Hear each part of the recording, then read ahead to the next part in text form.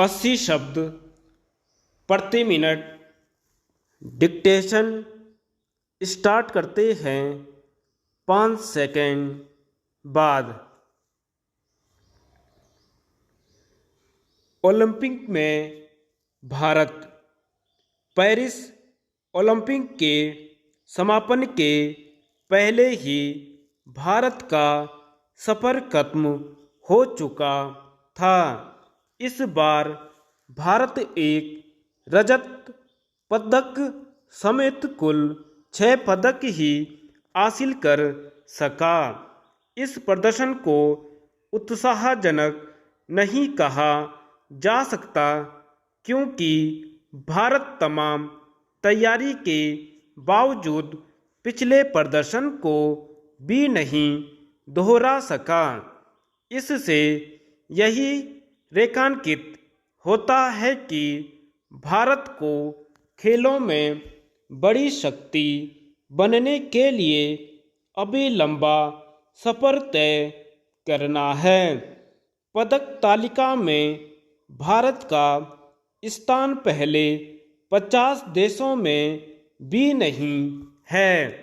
सबसे बड़ी आबादी वाले देश का पदक तालिका में इतना पीछे रहना ठीक नहीं। इस बार कुछ ही खेलों में भारतीय खिलाड़ी बेहतर प्रदर्शन कर सके।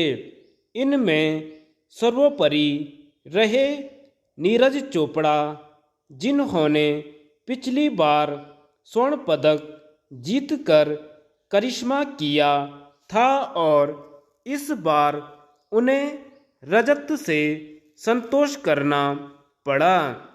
इसके बाद भी वह भारत के सर्वश्रेष्ठ खिलाड़ी के रूप में अपनी छाप छोड़ने में सफल रहे।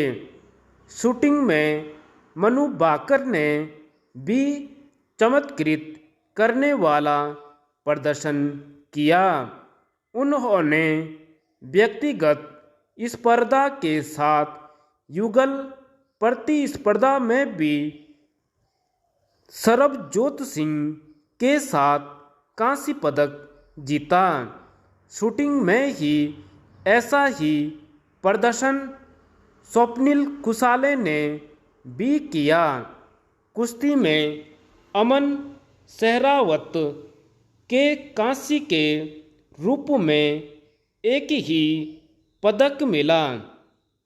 विनेश फोगाट से बहुत उम्मीदें थीं लेकिन भाग्य ने उनका साथ नहीं दिया।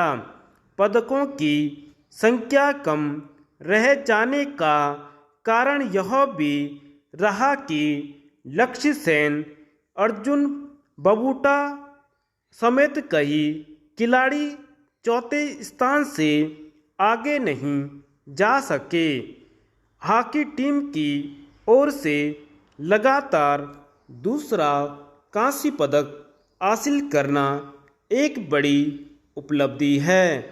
यह उपलब्धि यही बताती है कि भारतीय हॉकी अपने स्वर्णिम दिनों की ओर लौट रही है।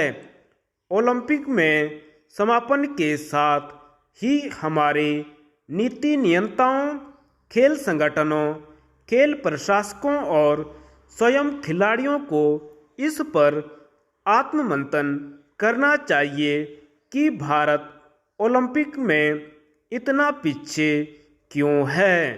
यह तो साफ है कि अपने देश में वैसी खेल संस्कृति विकसित नहीं हो सकी है जैसी अब तक हो जानी चाहिए थी।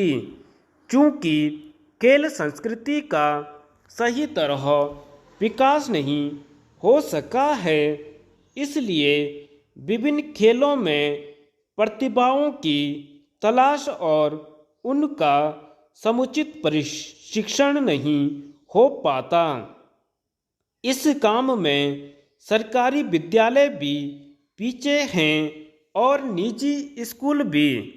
विभिन्न खेल संगठन भी खेल प्रतिभाओं को तलाशने और उन्हें निखारने का काम नहीं कर पाते।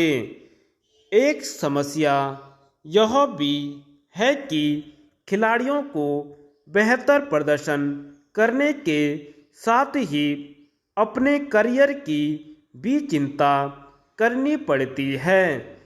इसकी भी अनदेखी नहीं की जा सकती कि केंद्र सरकार के साथ कुछ ही राज्य सरकारें खेलों को बढ़ावा देने के लिए तत्पर दिखती हैं। खेलों और खिलाड़ियों का विकास कैसे हो, इसकी सीख चीन समेत अन्य देशों से भी ली जानी चाहिए। अब जब भारत दुनिया की पांचवी बड़ी अर्थव्यवस्था बन गया है और आर्थिक विकास खेलों के विकास में सहायक होता है, तब फिर भारत को ओलंपिक की पदक तालिका में पहले 20 स्थानों में तो अपनी जगह बनानी ही चाहिए। धन्यवाद।